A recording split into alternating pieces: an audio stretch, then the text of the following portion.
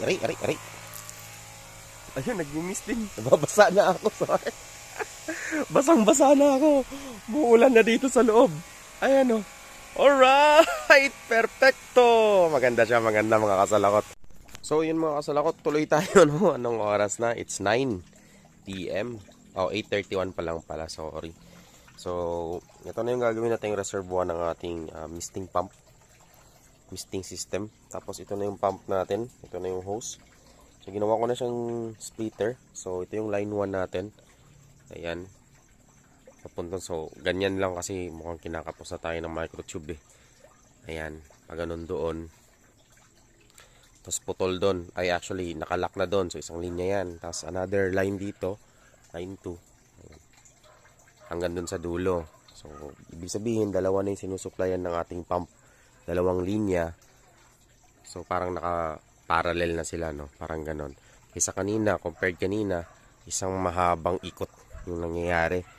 So, titingnan natin kung mas okay bang pressure nito or hindi. So, itong connection na ginawa ko dito is DIY ko na lang yan, no? Kung ano-ano lang pinagputol-putol ko, makonect lang tong dalawang to. Actually, ganito yan. Tapos, pinutol ko dito para makabit ko dyan at makonect ko dito. So, medyo tatlong connection na yan na ginawa. Kasi ito yung gagamitin ting reservoir. Styro ang gamit natin para hindi siya mainit sa loob, no? Kahit iwan natin dyan. Tapos pwede tayo maglagay ng yelo. Yan. So natagalan kasi walang tubig. Test natin mamaya. So tetest ulit natin. So medyo kabado ako kasi baka kung ano mangyari dito sa ating kinabit.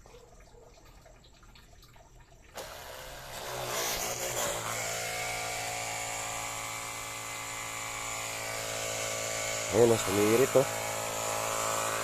Ayan, medyo sumisirit dito. Ang daming sirit, pero nagmimist naman siya. Ang ganda, no? Kita nyo, o. Ito natin muna sa kabila, no? Aray.